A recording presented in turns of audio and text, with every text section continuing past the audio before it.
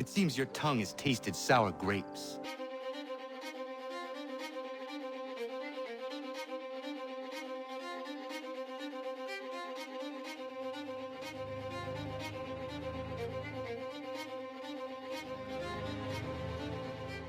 Thanks to Ubisoft, I managed to get a review code for Assassin's Creed 3 Remastered on PS4 about a week prior to the game's launch, so I thought to myself I could use that time to record all the way through both games in the remaster 3 and Liberation, and make a lovely review for you all to use as a reference for when it comes to buying this game. I understand the footage in the video may include spoilers, but I will do my best to ensure that the spoilery footage won't be too harsh and will remain without context, just in case you haven't actually played Assassin's Creed 3 or Liberation before. Those who don't know, a remaster is a port of the game to a later generation console with improved graphics, textures and minor mechanical adjustments to create a more enhanced experience. Not to be confused with a remake in which the game is essentially reworked from the ground up, which is what some people like to call remasters when that's not what they are. If you're disappointed that Assassin's Creed 3 hasn't been completely remade, please do understand that that is a grievous external from the remaster. If you're looking for a game to be completely remade, a remaster will never do that. So we'll be judging Assassin's Creed 3 Remastered based on its credit as a remaster,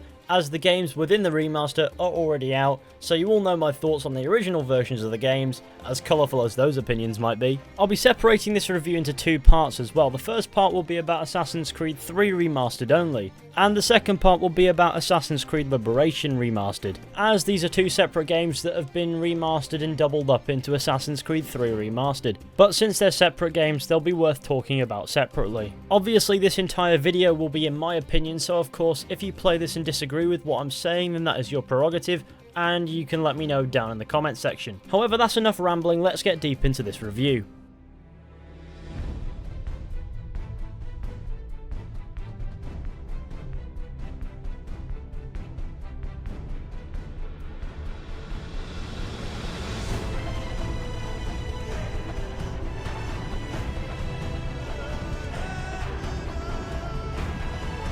I think it's fair to say that Assassin's Creed 3 Remastered has made Assassin's Creed 3 seem like a better game in my eyes. It's rectified most of the technical and visual flaws that the game suffered from, and so the improvements made are most certainly welcome. Obviously the first and most major thing in any remaster to talk about would be the visuals, the graphics. Has the game's look improved? The short answer is yes. This game doesn't only look better, but as a result of looking better has actually improved the game's overall atmosphere. So if you remember back to Assassin's Creed 3 back in 2012, it wasn't a very colourful game. It was very grey, very brown sort of thing. And as a result of that, the entire open world was a very boring, dull experience. I'm thankful to say that issue is a thing of the past, as Assassin's Creed 3 Remastered has definitely rectified this colour scheme, creating a better atmosphere through use of colour. I've always found visual vibrance to be something that definitely improves how a game feels when you're playing it, especially when talking about an open world game such as this. Other visual improvements include better textures as well as denser foliage, and of course the improved colour scheme also extends to superior lighting. That's a horse's arse. Of course the lighting is quite a heavy sort of yellow, so I've had that overpowering orange moment that I seem to experience in almost every single remaster that I play. What is it with remasters and being so fucking orange all the time? Jesus Christ. Another visual improvement is sometimes in crowds there are a lot more people, which again really benefits the atmosphere like I mentioned before. One small issue though, every now and then I have noticed that sometimes pop-ins will happen, not too dissimilar to how they happened in Assassin's Creed Unity, where NPCs may appear out of nowhere and others may disappear into thin air. I think that happened to me once or twice. I've also noticed glitches with regards to textures popping in and out here and there. As seen on screen now, you can see the textures of the snow just popping in and out like mad.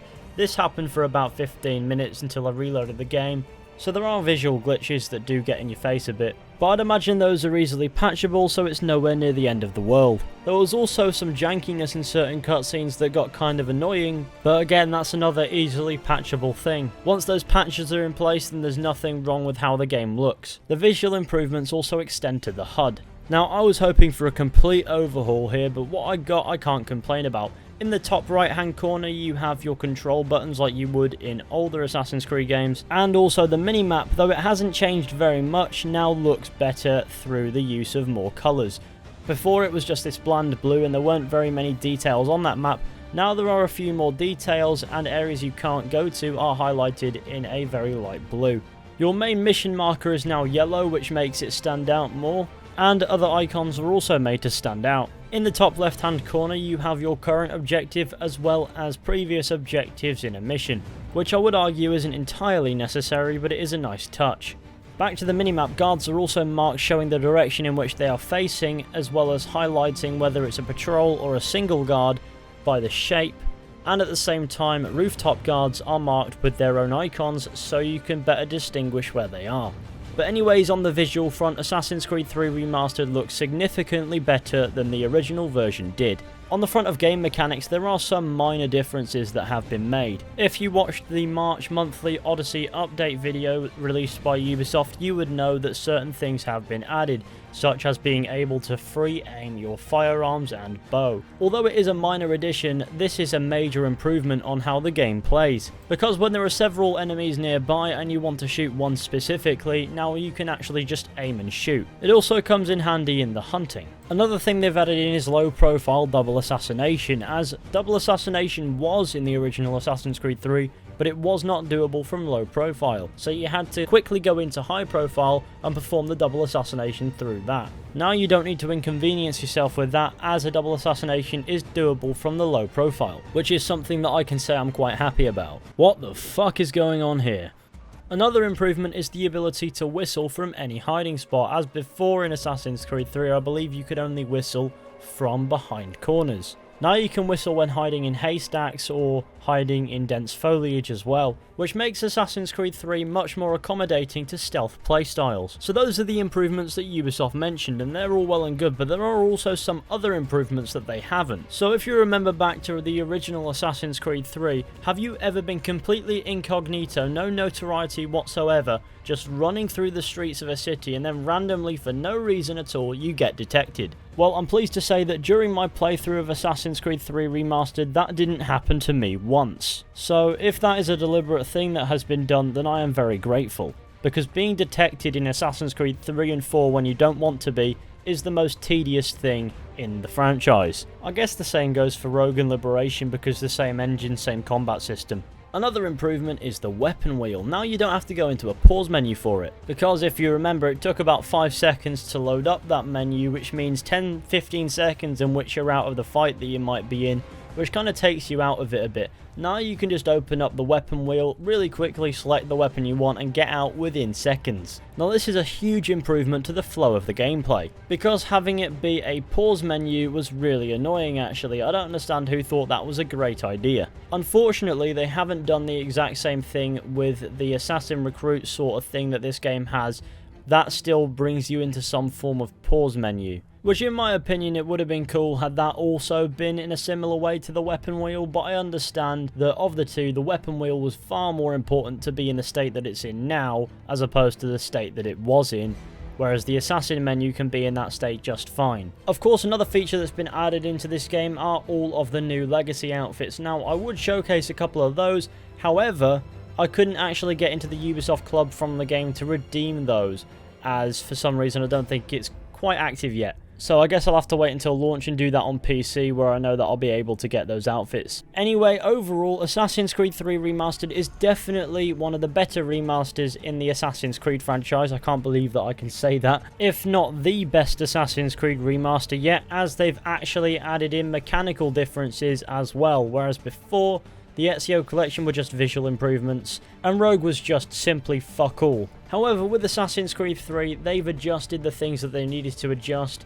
They've improved the visuals, they've made the game more atmospheric as a result, and overall this is a really good remaster. So if this has you thinking, should I revisit Assassin's Creed 3, then definitely. And if you haven't played Assassin's Creed 3 yet, then I would most definitely recommend that you get the remastered version, as like I said, this is an experience enhancing remaster, as it's made Assassin's Creed 3 more enjoyable to me. So to answer the question, is this a good remaster? It certainly is. Oh, and did I mention you can skip the credits now?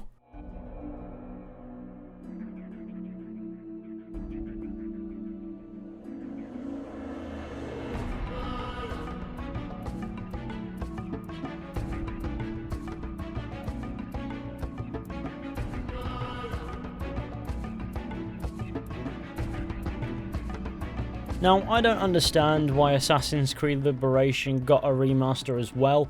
It is the last game that I'd ever consider trying to remind people about, but considering that it's falling under Assassin's Creed 3 Remastered, the entire thing is essentially a bonus, so that is a positive point within itself. So being a huge steal is really working in this entire remaster's favour. It's worth mentioning that Assassin's Creed Liberation is a game that I would never have touched ever again had it not been remastered. Now this one isn't as remastered as it could have been, but like I said, Liberation is so forgettable that I can't even tell you whether or not they've actually improved on its graphics, but considering how it looks, I'd say if they have, not by very much. It's just here as a bonus to top off Assassin's Creed 3 Remastered, which is all it needs to be. However, there are some differences, such as the controls in the top right corner on the screen. I don't know what it is about that traditional Assassin's Creed look, but it just looks nice. Another thing is, as this old video shows here, it appears as if Assassin's Creed Liberation's remaster has corrected the over-the-top brightness in New Orleans, and now the lighting isn't so harsh on the eyes. At the same time, enemies on the minimap are now marked with arrows like they are in the Assassin's Creed 3 remaster, so you can tell which direction they're facing and what to expect from those enemies, i.e. patrols or snipers. Beats them being simple red dots that they used to be. So the first thing that you will notice here is they have made overall improvements to the HUD. On this one, I feel as if a little bit more could have been done with the visuals to bring it up to modern standards, which is a feeling most prominent in my mind whenever I see the faces in this game. But at the same time, I do understand that improvements have been made. And considering this is essentially just icing on the cake, especially for people who got the Odyssey Season Pass, in which they got the entire remaster, this must feel like a steal. Although whether or not the Odyssey content in that Season Pass makes it worth it is a debate unto itself. There are other small improvements in this, such as being able to aim your weapon. I don't believe you were able to do that in the original Liberation, but correct me if I'm wrong. But like I said, the Liberation remaster is what it needs to be. But unlike with the 3 remaster, this one has not improved my opinion on Liberation. I do find myself being very indifferent to this game. I don't know what it is about it, but I just can't like it. And this remaster doesn't change that. Although I can appreciate it in this form, I'm going to choose to do so from a safe distance. But for this video alone, I wasted 6 hours of my life playing a game I vowed to never play again only 2 years ago. But considering that this comes with the Assassin's Creed 3 remaster, it makes that game more worth it. It's almost like this game has taken its rightful place as a DLC to Assassin's Creed 3. So yes, if I'm being honest with myself, I really can't complain here.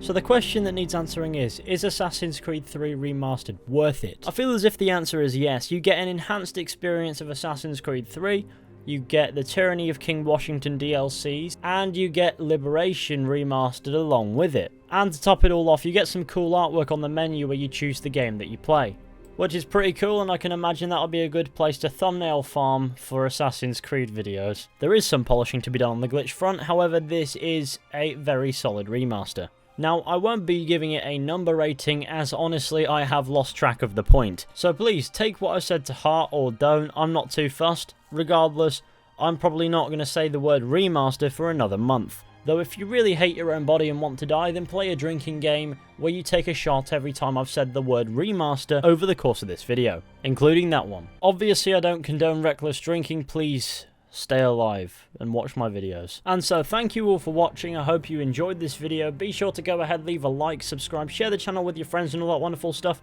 If you want to go ahead and support the channel further, then be sure to go ahead and pledge over on Patreon. You'll get extra content in return. Everybody's happy, I hope. There'll be a link in the description and the cards if you want to go ahead and do that, but if not, then that's perfectly fine. And of course, if you've played the remaster, be sure to let me know what you think down in the comments section. But anyways, I will see you all very soon with another video at some point.